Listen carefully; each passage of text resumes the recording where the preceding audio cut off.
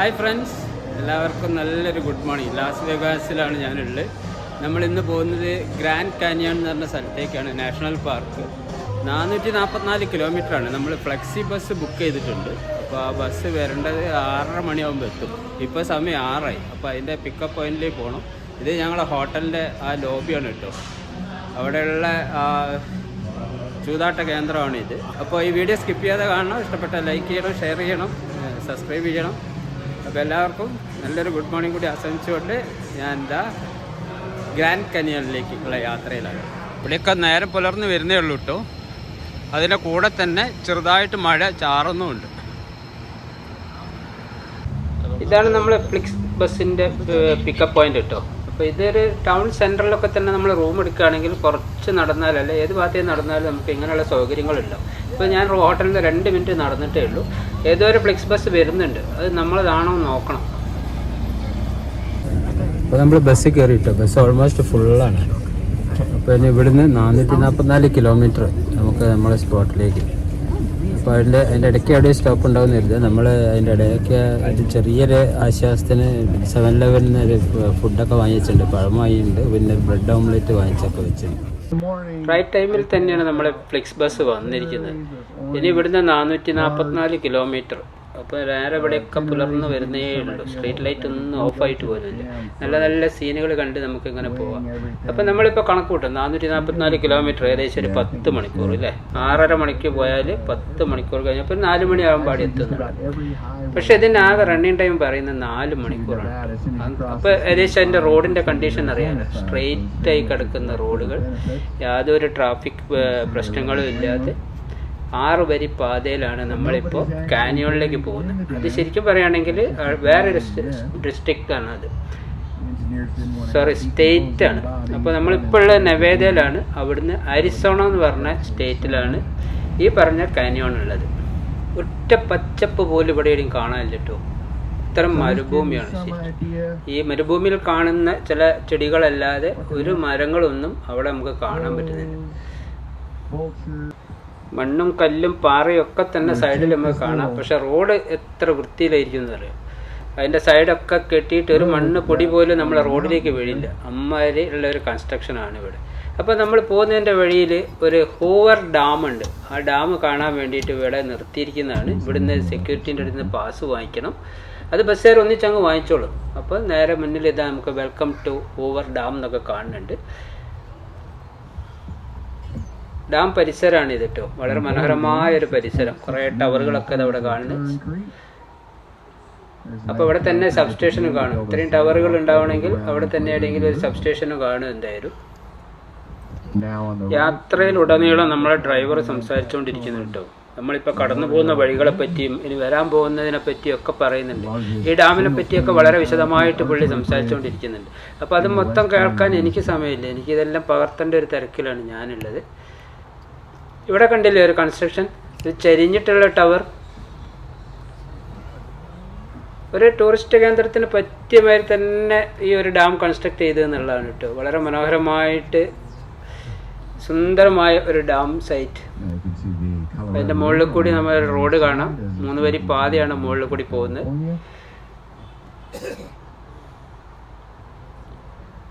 Dam സൈറ്റിലൂടെയുള്ള സുന്ദരമായ റോഡിലൂടെയാണ് നമ്മളിപ്പോൾ പോയിക്കൊണ്ടിരിക്കുന്നത്.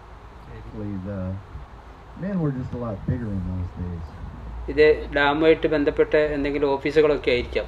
അവിടെ ഒന്നും നമുക്ക് സ്റ്റോപ്പില്ല, ഇവിടെ ഒന്നും ഇറങ്ങാൻ പറ്റില്ല കേട്ടോ. അത്രയും സെക്യൂരിറ്റി പ്രൊട്ടക്ഷൻ ഉള്ള സ്ഥലങ്ങളാണ്.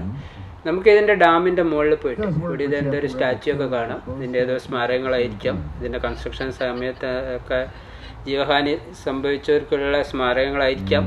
ഹൂവർ ഡാം ഒരു എൻട്രി അവിടെ കാണുന്നുണ്ട്. ചുറ്റും മലകൾക്കിടയിൽ നമ്മളിപ്പോൾ വന്നിരിക്കുന്ന ഈ ഡാമിലേക്ക് വന്നിരിക്കുന്നതിൽ ഒറ്റ കയറ്റം പോലും കണ്ടില്ല. നമ്മൾ ഏത് ഡാം കണ്ടിട്ടുണ്ടെങ്കിലും ഒരു മലേൻ്റെ മുകളിലായിരിക്കും. അപ്പോൾ ഇതും മലയ്ക്ക് മുകളിൽ തന്നെയാണ്. കാരണം ഇവിടെ ഒരു പവർ സ്റ്റേഷൻ സ്ഥിതി ചെയ്യുന്നുണ്ട്.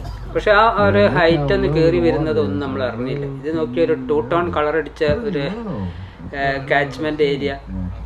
ആ വെള്ള കാണുന്ന കളർ ആ ഹൈറ്റിൽ നല്ല മഴ സമയത്ത് വെള്ളം ഉണ്ടാവുമെന്നാണ് പറയുന്നത്. കുറേ നേരമായിട്ടോ നമ്മൾ ഡാമിൻ്റെ മുകളിൽ കൂടി സഞ്ചരിച്ചുകൊണ്ടിരിക്കുന്നത്. ആ പ്രൊമിസസ് കൂടിയൊക്കെ ഇതുവരെ ബസ് നമുക്ക് എവിടെയും നിർത്തിയിട്ടില്ല. ഇനി ഇതിൻ്റെ ടോപ്പിലെത്തി അവിടെ എവിടെയോ ഒരു പോയിന്റിലേ ഉള്ളൂ, അവിടുന്ന് കാണാൻ നമുക്ക് നിർത്തി തരുമെന്ന് പറഞ്ഞിട്ട്. ഇത് നോക്കിയാൽ ഓരോ ടവറിൻ്റെ മുകളിലും ഓരോരോ ജനറേറ്ററാണ് കേട്ടോ. ഒരു പ്രത്യേക ടൈപ്പ് കൺസ്ട്രക്ഷൻ അല്ലേ, നമ്മളിവിടെ കാണുന്ന ആ ഒരു മോഡലൊന്നല്ല ഇവിടെ കണ്ടുകൊണ്ടിരിക്കുന്നത് കേട്ടോ. മനോഹരമായ ഒരു ഡ്രെയിൻ വാട്ടർ ടണൽ അഥവാ കാണുന്നത് ഇവിടെ. ഈ ഹൂവർ ഡാമിൻ്റെ മുകളിലാണ് നമ്മളുള്ളത്. ഹൂവർ ഡാമിൻ്റെ മുകളിലല്ല, അവിടെ സെക്യൂരിറ്റി പ്രശ്നം കൊണ്ട് നമുക്ക് അവിടെ ഇറങ്ങാൻ പറ്റില്ല. അപ്പോൾ അവിടുന്ന് കുറച്ച് വിട്ടിട്ടാണ് നമ്മളിപ്പോൾ ഉള്ളത്. ഈ ഡാമിൻ്റെ ഏരിയ ഞാൻ കാണിച്ചു തരാം. ഈ ഡാമിൻ്റെ ആദ്യ പേര് ബോൾഡർ ഡാം എന്നായിരുന്നു കേട്ടോ. ഇതിൻ്റെ സമീപത്തുള്ള സിറ്റിയുടെ പേരാണ് ബോൾഡർ, അതുകൊണ്ടായിരിക്കും അന്ന് ആ പേരിൽ തന്നെ അറിയപ്പെട്ടിരുന്നത്. ഈ ഡാമിൻ്റെ നിർമ്മാണത്തിൽ പ്രധാന പങ്ക് വഹിച്ച ആളായിരുന്നു അമേരിക്കൻ പ്രസിഡൻ്റായിരുന്ന ഹെർബർട്ട് ഹൂവർ. അദ്ദേഹത്തിനോടുള്ള ആദരസൂചകമായാണ് പിന്നീട് ഇത് ഹൂവർ ഡാം എന്ന് അറിയപ്പെട്ടു തുടങ്ങിയത്. 1930 നിർമ്മാണം ആരംഭിച്ച ഈ ഡാം 5 വർഷം കൊണ്ടാണ് പൂർത്തിയാക്കിയത്. 20-ാം നൂറ്റാണ്ടിലൊരു അത്ഭുതം എന്നാണ് ഇതിന് പറഞ്ഞുകൊണ്ടിരുന്നത് കേട്ടോ. കാര്യം അത്രയും വലിയൊരു കോൺക്രീറ്റ് നിർമ്മിതി ഇതിനു മുമ്പ് ഉണ്ടായിട്ടില്ല എന്ന് പറയുന്നത്. ഇതിൻ്റെ ആകെ ഉയരം 726 അടിയാണ്. മുകൾ ഭാഗത്തെ വീതി എന്ന് പറഞ്ഞിട്ടുണ്ടെങ്കിൽ ഏകദേശം 1300 അടിയും വരും. ഇവിടെ ഹൈഡ്രോ ഇലക്ട്രിക് പ്രോജക്റ്റ് ഒരു പവർ സ്റ്റേഷൻ ഉണ്ട് കേട്ടോ. അതിൻ്റെ ഇൻസ്റ്റാൾഡ് കപ്പാസിറ്റി എന്ന് പറഞ്ഞിട്ടുണ്ടെങ്കിൽ 2080 മെഗാവാട്ടാണ്.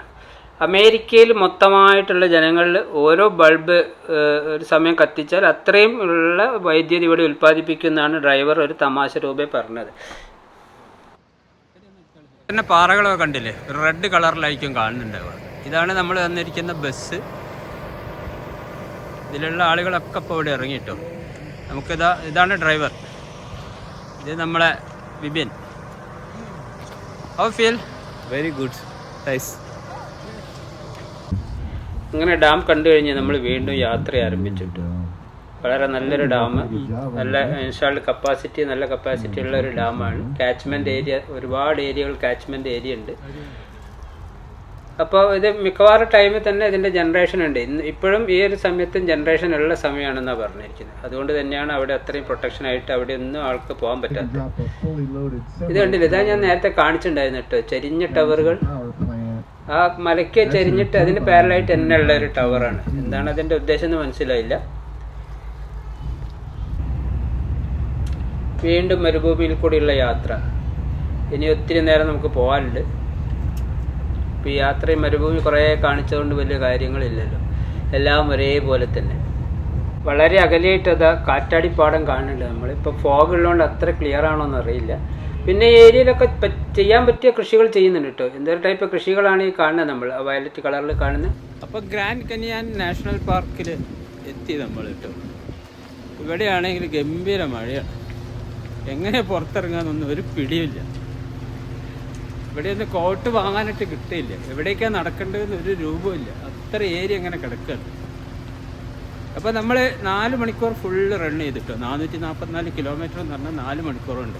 ടോട്ടലി 4.5 മണിക്കൂർ എടുത്തു. അരമണിക്കൂർ നമ്മൾ റിഫ്രഷ്മെൻറ്റിനും പിന്നെ ഡാം കാണാനൊക്കെ വേണ്ടിയിട്ട് നിർത്തി. അത് കഴിഞ്ഞാൽ 4 മണിക്കൂർ കറക്റ്റ്. ഓക്കെ, ഇനി നമുക്കിവിടെ ഇപ്പോൾ 11:30, 3 മണിയാകുമ്പോൾ തിരിച്ച് ബസ്സിൻ്റെ അടുത്തെത്താം. അങ്ങനെ നമ്മൾ കനിയാൻ്റെ ബസ്സിൽ കയറി കേട്ടോ. ബസ്സാണ് ഇനി നമ്മളെ ഈ റൂട്ടിലേക്ക് കൊണ്ടുപോയി കാണിക്കുക. നമ്മളെ വന്നിരിക്കുന്ന ബസ് ഇവിടെ വരെ വരുള്ളൂ, പാർക്കിംഗ് ഏരിയ വരെ. അവിടുന്ന് നമ്മൾ ടിക്കറ്റ് സ്കാൻ ചെയ്ത് ഉള്ളിൽ കയറി. ഉള്ളത് ഇപ്പോൾ ഇതാ ഇവരുടെ കനിയാൻ്റെ ബസ്സിലാണ്. ഗ്രാൻഡ് കനിയോൺ നാഷണൽ പാർക്കിലാണ്. നല്ലൊരു വെറൈറ്റി എക്സ്പീരിയൻസാണ്. ഫുള്ള് ഫോഗാണ്, ഒരു സാധനവും നോക്കിയാൽ കാണില്ല. അതാണ് സ്കൈ വാക്ക് കേട്ടോ, അവിടേക്ക് നമുക്ക് പോവാം. അപ്പോൾ ആദ്യം ഇവിടെയൊക്കെ നിന്നിട്ട് വളരെ ശ്രദ്ധിക്കണം എന്ന് പറഞ്ഞിട്ടുണ്ട്. ഇവിടെ ആകെ ഒരു ചെറിയൊരു കമ്പി ഇട്ടിട്ടുള്ളൊരു സാധനമേ ഉള്ളൂ, അതിനാൽ അപ്പുറത്തേക്ക് പോകരുത്. ഫോട്ടോ ഒക്കെ എടുക്കണമെങ്കിൽ അതിൻ്റെ ഇപ്പുറത്ത് നിന്നിട്ട് എടുക്കാൻ പാടുള്ളൂ, കാരണം അത്രയും ഡീപ്പാണ്. പിന്നെ മഴ പെയ്തുകൊണ്ട് സ്കിഡ് ആവാനും സാധ്യത ഉണ്ട്. ഗ്രാൻഡ് കനിയാളിൽ നമുക്ക് ലഞ്ച് ഉണ്ട്, അപ്പോൾ അതിന് വേണ്ടിയിട്ട് വെയിറ്റ് ചെയ്യും. നമുക്ക് വിൻഡോ സീറ്റ് ഈ ഒരു സ്കൈ വാക്കിൻ്റെ അടുത്ത് തന്നെ ഒരു റെസ്റ്റോറൻറ്റിൽ നമുക്ക് പുറത്തെ വ്യൂടി കണ്ടിട്ട് ഫുഡ് കഴിക്കാം. അപ്പോൾ അതിന് വേണ്ടിയിട്ട് ഒരു 20 മിനിറ്റ് വെയിറ്റ് ചെയ്യണം. അങ്ങനെ വെയിറ്റ് ചെയ്യുന്ന ആളുകളാണ് ഇവിടെ ഉള്ളത്. റെസ്റ്റോറൻറ്റിൻ്റെ ബാക്കിലാണ് ഇവിടെ ഒരാൾ വെയിറ്റ് ചെയ്യുന്നുണ്ട്. എന്തായാലും വിൻഡോ സീറ്റിൽ ഇരുന്നിട്ട് ഒന്ന് കഴിച്ചു നോക്കാം. ഇത് നമുക്ക് ഫുഡ് ഏർപ്പാടാക്കിയ റെസ്റ്റോറൻ്റ് കേട്ടോ. ഇതിൻ്റെ ഒരു സ്കൈ വാക്കിൻ്റെ അടുത്ത് തന്നെയുള്ള അടിപൊളി റെസ്റ്റോറൻറ്റ്. ഇതിൽ നമുക്ക് $25 വരെയുള്ള ഫുഡ് നമുക്കൊരു മെനു തന്നിട്ടുണ്ട്, അതിൻ്റെ ഉണ്ടാവും ഫുഡിൻ്റെ. അപ്പോൾ നമ്മൾ ചൂസ് ചെയ്തിട്ട് കൊടുത്തിട്ടുണ്ട്. ഇതുവരെ വന്നില്ല സാർ. വരുന്നുണ്ട് നമ്മളെ സാധനങ്ങൾ വേണം. ഇപ്പോൾ റെസ്റ്റോറൻറ്റിൻ്റെ ഉള്ളിൽ നിന്ന് പുറത്തേക്കുള്ള വ്യൂ ആണ് ഇത്. സ്കൈ വാക്കിൻ്റെ താഴേക്ക് ഭയങ്കര ഡീപ്പാണ് കേട്ടോ.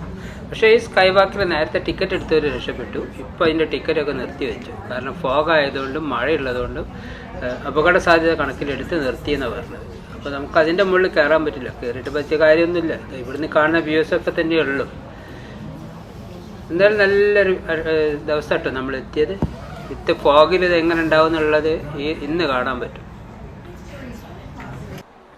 ഏകദേശം 6 മില്യൺ വർഷം പഴക്കമുള്ളതാണ് ഈ ഗ്രാൻഡ് കന്യൻ എന്ന് കണക്കാക്കപ്പെടുന്നുണ്ട് കേട്ടോ. അരിസോണ സംസ്ഥാനത്തിൻ്റെ വടക്ക് പടിഞ്ഞാറ് സ്ഥിതി ചെയ്യുന്നത്. ഭൂമിയിൽ പ്രകൃതി സൃഷ്ടിച്ച ഒരു മഹാവിള്ളലാണ് ഗ്രാൻഡ് കന്യൻ. ലോകത്തിലെ തന്നെ 7 മഹാ അത്ഭുതങ്ങളിൽ ഒന്നാണ് ഗ്രാൻഡ് കന്യൻ. ഏകദേശം 2600 അടിയാണ് ഇതിൻ്റെ താഴ്ച. നീളം 444 കിലോമീറ്ററോളം വരും. 29 കിലോമീറ്റർ വീതിയുള്ള ചില സ്ഥലങ്ങളും ഇവിടെ ഉണ്ട് കേട്ടോ. അഗാധമായി ഗർത്തത്തിൽ വീണ് ജീവൻ നഷ്ടപ്പെട്ടവർ ഏകദേശം 600 പേർ അധികം ആളുകൾ വരും. അമേരിക്കൻ പ്രസിഡന്റായിരുന്ന തിയോഡോർ റൂസ്വെൽറ്റ് ആണ് ഈ പ്രദേശത്തിൻ്റെ സംരക്ഷണത്തിന് മുൻകൈയെടുത്തത്. 1919 ഗ്രാൻഡ് കന്യാനോട് ചേർന്ന് ഒരു ദേശീയോദ്യാനവും നിലവിൽ വന്നിട്ടുണ്ട്. അപ്പോൾ നേരത്തെ കണ്ടുപിടിച്ചത് നമ്മൾ വേറൊരു സ്ഥലത്തേക്ക് ഇപ്പോൾ ബസ് ഒരു ട്രിപ്പ് അടിച്ച് കൊണ്ടുപോകുന്നു. ഗുവാന എന്ന് പറഞ്ഞ സ്ഥലത്ത്. ഇവിടെയും ഏകദേശം നമ്മൾ നേരത്തെ പോയടത്തിൽ കണ്ടതാണ്. പക്ഷേ അതിനേക്കാൾ കൂടുതൽ ഡേഞ്ചറാണ്. അവിടെ ഒരു വേലി തന്നെയും കെട്ടിയിട്ട് തിരിച്ചുണ്ടായിരുന്നു. ഇവിടെ തീർത്തും ഡിഫറെൻ്റ് ആയ ഒരു സ്ഥലമാണ് കേട്ടോ. ഇവിടെ കണ്ടില്ലേ, ഇതൊരു റെഡ് സ്റ്റോൺ ഏരിയ ആണ്. ഇത് മൊത്തം ചുവന്ന കല്ലുകളാണ്. നമ്മളൊരു സാമ്പിളായിട്ടൊരു ചെറിയ ചുവന്ന കല്ല് എടുത്തിട്ടുണ്ട്. ഫ്ലൈറ്റുകാർ പിടിക്കുമെന്ന് അറിയില്ല. ചെറിയ പീസ് ഒരു ഓർമ്മയ്ക്ക്. ഗ്രാൻഡ് കന്യോണിലുള്ള റെഡ് സ്റ്റോൺ. ഇത് നോക്കിയ ഒരു പേടിയില്ലാണ്ട് ഈ ഹൈറ്റിലൊക്കെ കയറി നിൽക്കുന്നുണ്ട് കേട്ടോ ആൾക്കാർ. ടോപ്പിൽ നോക്കി ഒന്ന് വഴുതി വീണുണ്ടെങ്കിൽ യാതൊരു രക്ഷയുണ്ടാവില്ല. പറഞ്ഞാൽ കേൾക്കില്ല. ഇവിടെ താഴെയൊക്കെ സെക്യൂരിറ്റി ഒക്കെ ഉണ്ട്, അവരൊക്കെ പറയണൊക്കെ ഉണ്ട്. ഇത് ശരിക്കും ഒരു അമ്പലത്തിൻ്റെ വർക്ക് പോലെയല്ലേ? എനിക്കങ്ങനെ തോന്നിയതാണ്. നിങ്ങൾക്ക് അങ്ങനെ തോന്നുന്നുണ്ടോ?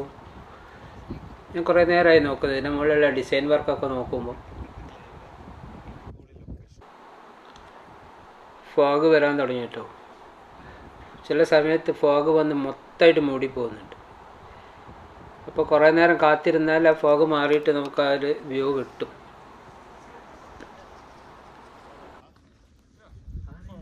അപ്പോൾ നമ്മൾ ഗുവാന പോയിന്റ് ഒന്ന് തിരിച്ച് അവിടെ ഫോഗൊക്കെ വന്നിട്ട് കുറേ ഭാഗങ്ങളൊക്കെ കണ്ടു. പക്ഷെ അടിപൊളിയായിട്ട് ഒന്നും പറയാനില്ല. അപ്പോൾ ഇനി നമ്മൾ ബസ് പിക്കപ്പ് പോയിന്റിലേക്ക് എത്തണം. ഇപ്പോൾ 2:35-40 3 മണിക്ക് അവിടെ എത്തണം. അപ്പോൾ അതിന് കുറച്ച് ഓടാണ്ട് എന്തായാലും. അപ്പോൾ ഓക്കെ, ഇതൊക്കെ സൂപ്പർ കേട്ടോ. ഇവിടെ വരുന്നവരൊക്കെ എന്തായാലും ഈ പാക്കേജൊക്കെ എടുത്തിട്ട് വരണം. അടിപൊളി. നിറച്ചിട്ട് നിൽക്കാൻ പറ്റില്ല. നല്ല പുറത്ത് നല്ലതാണ്, നല്ല തണുപ്പാണ്. ഇവിടെ കയറിയപ്പോൾ ഇത്തിരി ചൂട് വരുന്നുണ്ട്. ഇതൊക്കെ ഇവിടെ ഒരു ടൈം സോൺ കാണിച്ച നെവേദയിലാണ് നമ്മളുള്ളത്. ഇപ്പോൾ അരിസോണയിലാണുള്ളത്. അരിസോണ നെവേദ തമ്മിൽ 1 അവറിൻ്റെ വ്യത്യാസമുണ്ട്. നെവേദ ന്യൂയോർക്ക് തമ്മിൽ 3 അവറിൻ്റെ വ്യത്യാസം. അങ്ങനെ നമ്മളെ ബസ്സിൽ നമ്മൾ പുറത്തേക്ക് ഇട്ടോ. ഇവിടെ ടൂറിസത്തിൻ്റെ ഭാഗമായിട്ട് ഹെലികോപ്റ്റർ റൈഡും ഉണ്ട് കേട്ടോ. അത് നമുക്ക് വേണമെങ്കിൽ ട്രൈ ചെയ്യാം. അപ്പോൾ തിരിച്ച് നമ്മൾ നേരെ നെവേദയിലേക്കാണ് പോയിക്കൊണ്ടിരിക്കുന്നത്, ലാസ് വേഗാസിലേക്ക്. 44 ഏക്കറിൽ വ്യാപിച്ചു കിടക്കുന്ന ഒരു പ്രദേശമാണ് കേട്ടോ ഇത്. ഇവിടെ ഈ മരുഭൂമിയിൽ കാണുന്ന കുറേ അങ്ങനത്തെ ചെടികളൊക്കെ കാണാം. ഇതിൻ്റെ ബൗണ്ടറികളിൽ 5 വ്യത്യസ്ത ക്ലൈമറ്റ് സോണാണ് ഉള്ളത്. പിന്നെയാണെങ്കിൽ ഇതിലെ വ്യത്യസ്ത ഭൂപ്രകൃതി ചെടികളും ഒക്കെ ഒരു 10 മൈലിൽ തന്നെ വളരെ വ്യത്യാസപ്പെട്ടിരിക്കും. പിന്നെയാണെങ്കിൽ ഇതിൻ്റെ ഒരു ടെമ്പറേച്ചർ വ്യത്യാസം ഒരു 10 കിലോമീറ്റർ അല്ല 10 മൈലിനുള്ളിൽ ഇത് ശരിക്കും 10 ഡിഗ്രി ടെമ്പറേച്ചർ വ്യത്യാസം അനുഭവപ്പെടുന്ന ഒരു സ്ഥലമാണ്. അങ്ങനെ ആ മരുഭൂമിയിൽ നിന്ന് നമ്മൾ യാത്ര തുടർന്നിട്ടു. ഏകദേശം സന്ധ്യയോടെ അടുത്ത് സൂര്യൻ ഇതവിടെ അസ്തമിക്കാനുള്ള പരിപാടിയിലാണ്. സമയം 5 മണി കഴിഞ്ഞിട്ടേ ഉള്ളൂ. എന്ത് രസമാണെന്ന് നോക്കി. ആകാശമൊക്കെ നല്ല വർണ്ണ കളറ് പൂശിയ ഒരു ക്യാൻവാസ് പോലെ ഇല്ല കാണാൻ. അതിമനോഹരമായൊരു സ്ഥലം കേട്ടോ. ഇതിലൊന്നും യാത്ര ചെയ്യുമ്പോൾ നമുക്കൊരു മുഷിച്ചിലും ഇല്ല എന്നുള്ളത്. പിന്നെയാണെങ്കിൽ വലിയൊരു ചൂടൊന്നുമില്ല. തണുത്ത അന്തരീക്ഷമൊക്കെ ആയതുകൊണ്ട് ഏറ്റവും കൂടുതൽ ബെറ്ററാണ് സ്ഥലം. അങ്ങനെ കൂടി ഇരുടായിക്കൊണ്ടിരിക്കുന്നുണ്ട്. സൂര്യൻ അവിടെ ഏതോ അസ്തമിച്ച് കഴിഞ്ഞിട്ടുണ്ട്. ഇവിടെയൊക്കെ ചെറിയ ചെറിയ വീടുകൾ ആ മരുഭൂമിയിലായിട്ട് കാണുന്നുണ്ട് കേട്ടോ. നമ്മൾ ഇവിടുന്ന് ഇപ്പം ഏകദേശം ടൗണിലേക്ക് പ്രവേശിക്കാനായിട്ടുണ്ട്. ഒരുപാട് മേൽപ്പാലങ്ങളൊക്കെ ഇത് കാണുന്ന ഒരുപാട് താഴെ കൂടിയുണ്ട്. നമ്മളിപ്പോൾ ഒരു സെക്കൻഡ് സ്റ്റേജിൽ കൂടിയാണ് നമ്മൾ പോയിക്കൊണ്ടിരിക്കുന്നത്. അപ്പോൾ നമുക്ക് ഇറങ്ങണ്ട. ഇപ്പോൾ ഏകദേശം ടൗണിലെത്തി, ഇരുടായി തുടങ്ങിയിട്ടുണ്ട്. 4 മണിക്കൂർ യാത്രയുണ്ടല്ലോ. അപ്പോൾ നമ്മൾ ഹോട്ടലിൻ്റെ അടുത്തേക്ക് ഇറങ്ങുന്നില്ല, വേറെ ഏതെങ്കിലും അതിൻ്റെ അടുത്തായിട്ടുള്ളൊരു ടൗണിൽ ഇറങ്ങാമെന്നുള്ളത് കൊണ്ട് നമ്മൾ അങ്ങനെ ഇറങ്ങി. അവിടെ അടുത്തുള്ളൊരു ഹോട്ടലിൻ്റെ ലോബിയിലുള്ളതാണ് കേട്ടോ ഇത്. വലിയൊരു ഗെയിം ബോർഡ് അതിങ്ങനെ സ്പിന്നാണ്. അതിൽ പൈസ വെച്ച് കളിക്കുന്ന കുറേ ആൾക്കാർ ആകാംക്ഷയോടെ തൻ്റെ നമ്പർ വരുമോ നോക്കിയിരിക്കുന്നത് കാണാം. അപ്പോൾ നമ്മൾ ഈ ലാസ് വേഗാസിൽ വന്ന് കളിച്ചില്ല എന്നുള്ളൊരു പേരുദോഷം വരാൻ പാടില്ലല്ലോ. അപ്പം നമ്മൾ ഇന്ന് ഇവിടുന്ന് കളിക്കാൻ വേണ്ടി തീരുമാനിച്ചിട്ടുണ്ട്. ഏതാണ് പറ്റിയ സ്ഥലം എന്നൊന്ന് പോയി നോക്കട്ടെ. 25 ആരും കാശ് വെച്ചില്ല എന്ന് തോന്നുന്നു. നമ്മൾ ഈ കാസിനോയിൽ കയറിയിട്ടൊന്ന് കളിച്ച് നമുക്ക് കളിയൊന്നും അറിയില്ല. അപ്പോൾ $1 ഇട്ടിട്ട് അടുത്തുള്ള ഒരാളോട് ചോദിച്ചു എങ്ങനെയാണ് കളിക്കാമെന്നുള്ളത്. അപ്പോൾ പുള്ളി കാണിച്ചു തന്നു. അപ്പോൾ നമുക്കതാ $7 കിട്ടിയില്ല കേട്ടോ. ഇങ്ങനെയാണ് ആൾ അഡിക്റ്റ് ആവുക. കാരണം ഇത് കിട്ടിയ ഇനിയിപ്പോൾ $7 വെച്ച് കളിക്കും. പക്ഷേ നമ്മൾ കളിക്കില്ല, നമ്മൾ എന്തായാലും പുറത്തേക്ക് പോകും. ഇവിടെ ഇത് ട്രംപ് എന്ന് പറഞ്ഞിട്ടൊരു ബിൽഡിംഗ് ഹോട്ടലാണ് കേട്ടോ. അത് നമ്മൾ ട്രംപിൻ്റെ ആണോ എന്ന് അറിയില്ല. അപ്പോൾ നമ്മളവിടെ ആ സ്ലോട്ടിൽ നിന്ന് 7 രൂപയും കിട്ടി നമ്മൾ ഇറങ്ങി കേട്ടോ. ഇവിടെ ഇന്ന് നമ്മളുടെ ലാസ് വേഗാസിലുള്ള അവസാന രാത്രിയാണ്. അപ്പോൾ ഇന്ന് പരമാവധി ഇവിടെ കവർ ചെയ്ത് പോകുക എന്നുള്ളതാണ്. നല്ല റോഡിലൊക്കെ നല്ല തിരക്കാണ്. ആണെങ്കിൽ കൂടിയിട്ട് ട്രാഫിക് നിയമങ്ങളൊക്കെ അനുസരിച്ച് കൊണ്ടുള്ള ഡ്രൈവിങ്ങൊക്കെ കാണാം. വേറെ ഒരു സ്ഥലത്ത് നമ്മളിപ്പോൾ കാസിനോയിലെത്തി. അതിൻ്റെ മുന്നിൽ ഒരു ഡെക്കറേറ്റ് ചെയ്ത് വെച്ചിരിക്കുന്നതാണ് ഒരു ബൈക്കിൻ്റെ രൂപം. ഇവിടെയും കുറേ ആളുകളൊക്കെ കളിക്കുന്നുണ്ട് കേട്ടോ. ഇവിടെയൊക്കെ നല്ല ഇരുടായിട്ട്. അപ്പോൾ ഇനി നമുക്കിവിടെ ഒരു മാളുണ്ട്, ഹോട്ടലുണ്ട്. അതിൻ്റെ അകത്തൊരു ഷോ നടക്കുന്നുണ്ട് എന്ന് പറഞ്ഞിട്ടുണ്ട്. അപ്പോൾ അതെന്ത് ഷോ എന്നൊന്ന് കാണണം. അപ്പോൾ അവിടേക്കാണ് നമുക്ക് പോകേണ്ടത്. അപ്പോൾ ഏത് വഴി തെറ്റിപ്പോകുന്നത്? അപ്പോൾ ഈ സ്ഥലം തന്നെയാണ് കേട്ടോ അത്. അതിൻ്റെ ഫ്രണ്ടിലുള്ളതാണ് ഇത് ഈ കാണുന്നത്. അടിപൊളി വ്യൂ അല്ലേ? ഇപ്പോൾ ഇവിടുന്ന് നമുക്ക് ആ ഹോട്ടലിലേക്ക് തിരിക്കണം. ഇതിൻ്റെ അടുത്ത് തന്നെ അതിൻ്റെ എൻട്രിയിലുള്ളതാണ് ഇപ്പോൾ ഈ വെള്ളച്ചാട്ടമൊക്കെ കണ്ടത് നമ്മൾ. വിത്ത് മാൾ അടിപൊളിയായിട്ട് ഡെക്കറേറ്റ് ഇൻറ്റീരിയറൊക്കെ ചെയ്തിരിക്കുന്ന വലിയൊരു ഹോട്ടൽ കേട്ടോ. അവിടെ താഴെയൊക്കെ ആയിട്ട് ഷോപ്പിംഗ് മാളുകളാണ്. കുട്ടികൾ കളിക്കാനുള്ള കുറേ കാര്യങ്ങൾ കാണുന്നുള്ളൂ. പക്ഷേ അതിൽ കുട്ടികളൊന്നും കാണുന്നില്ല. കുട്ടികൾ കളിക്കാനൊന്നും പറ്റില്ല കേട്ടോ. അതിൻ്റെ ഒരു രൂപം ഉണ്ടാക്കി വെച്ചതേ ഉള്ളൂ. ഈ കാണുന്നതൊക്കെ ഒറിജിനൽ ചെടിയാണോ എന്നൊരു ഡൗട്ട് ഉണ്ടായിരുന്നു എനിക്ക്. കാരണം അത്രയും കളർഫുള്ളായിട്ട് ബിൽഡിങ്ങിൻ്റെ ഉള്ളിൽ ഉണ്ടാക്കി വെച്ചിരിക്കുന്നതാണ്. അപ്പോൾ ഞാനത് പോയിട്ടൊന്ന് നുള്ളി നോക്കി. കറക്റ്റാണ്, ഒറിജിനൽ ഫ്ലവർ കൊണ്ട് ഉണ്ടാക്കിയതാണ്.